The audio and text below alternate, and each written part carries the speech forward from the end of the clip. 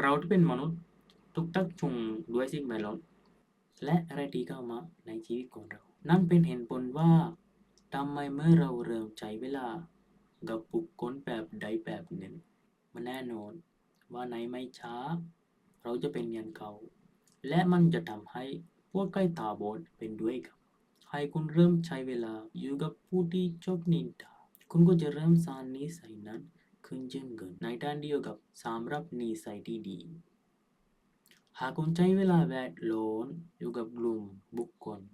ที่มีความเมตตาและมีน้ำใจคุณก็จะกลายเป็นผู้ที่มีเมตตาและมีน้ำใจโดยที่คุณไม่ช่วยบ้านกับตัวเองเลยคุณลองคิดดูว่ามีการเริ่มต้นนิสัยที่ดีและไม่ดีนะเป็นไปได้อย่างไรผู้ที่จะเป็นบุคคลที่มีความสำเร็จได้นั้นเป็นเพราะว่าพวกเขาคบหา แล้วเรียนรู้จากผู้ที่ประสบความสำเร็จ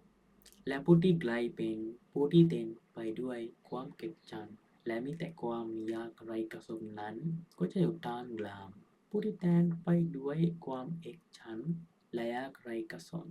ดังนั้นอะไรที่เราจะต้องตระหนักนั่นหมายความว่าเราต้องเลิกกับคนยานชาญฉลาดถ้าคุณถูกเปลี่ยนไปสิ่งแวดล้อมรอบตัวก็จะเปลี่ยนคนบ้านกลุ่ม จะออกจากชีวิตคุณพยายามหลีกเลี่ยงไม่ได้นั่นอาจเกิดขึ้นได้เจริญพร